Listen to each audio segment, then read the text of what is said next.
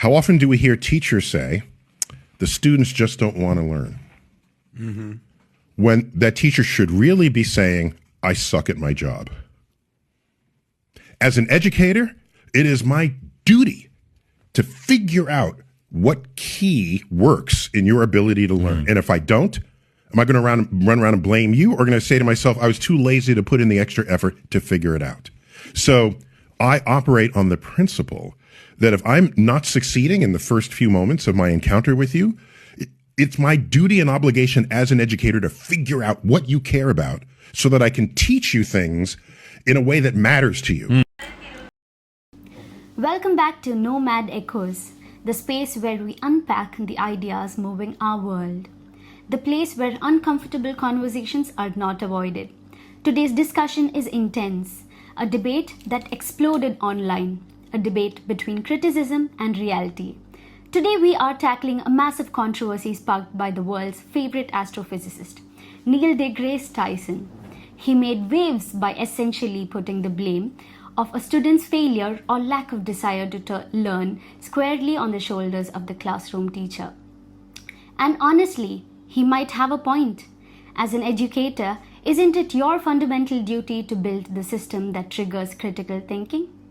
When teachers fail to do so, students struggle to solve complex problems, and bad teaching disproportionately impacts disadvantaged students.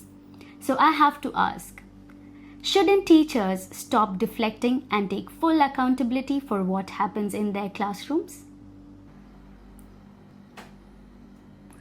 Usually I am with Neil, but this was a massive miss. It's incredibly easy to sit in a cozy office or a podcast studio and berate teachers and their efforts with grand generalizations. I challenge anyone with that mindset to step into a real classroom today.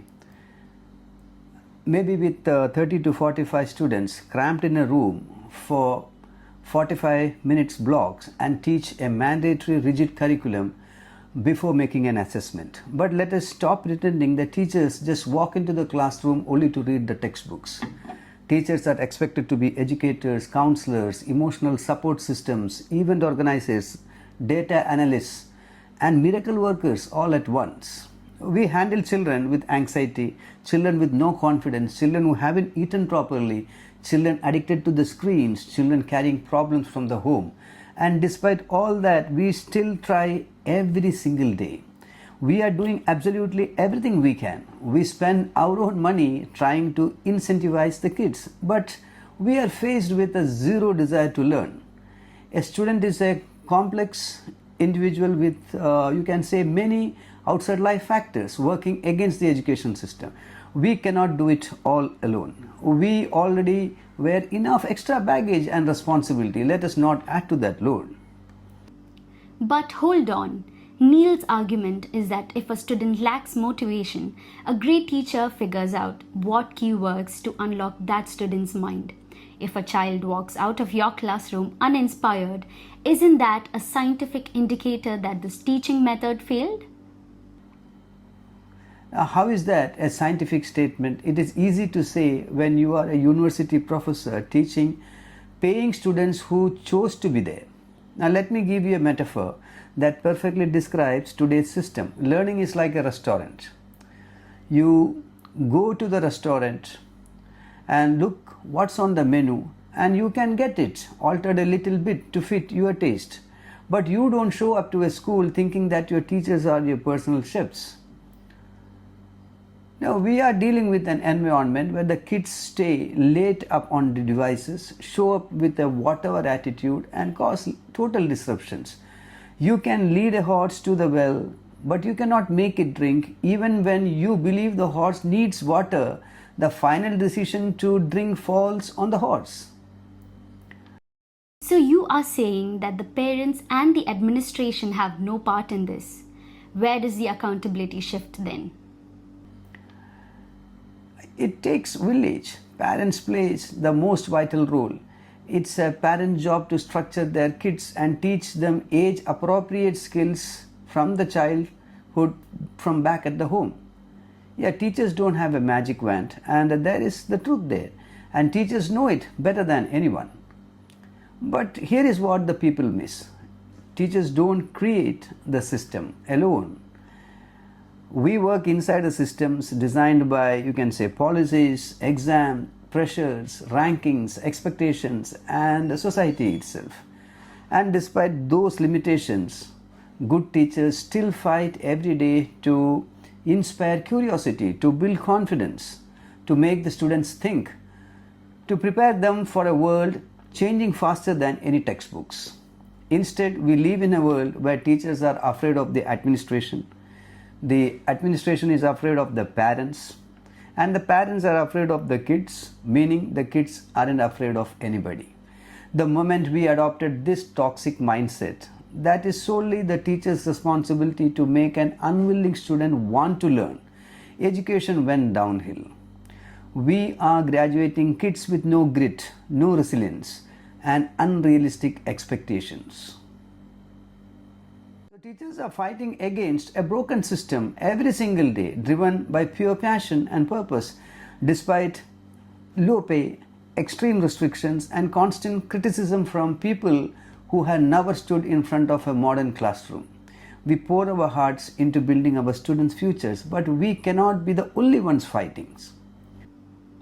An incredibly powerful perspective from the front lines of education.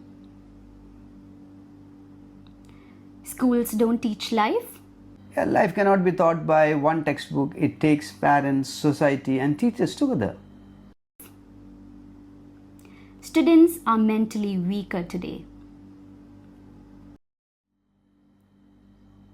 Yeah, because the pressure is harder and heavier today. Technology is replacing teachers. Of course, technology gives information, teachers create transformation. Parents are losing trust in schools. Teachers are being emotional and they are still losing the emotional support too. So, what's the real answer? Who is responsible? Parents, teachers, schools, or society?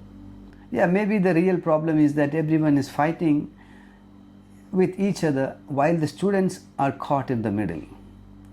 So to understand this, one thing would be better, that education was never supposed to be a war, it was supposed to be a partnership. This debate will continue, and maybe it should, because education shapes the future of every society. But before judging teachers, maybe we should understand first what they carry. Yeah, before teachers blame parents, maybe we should understand that the pressures the families face too, because raising and educating a child was never meant to be done all alone.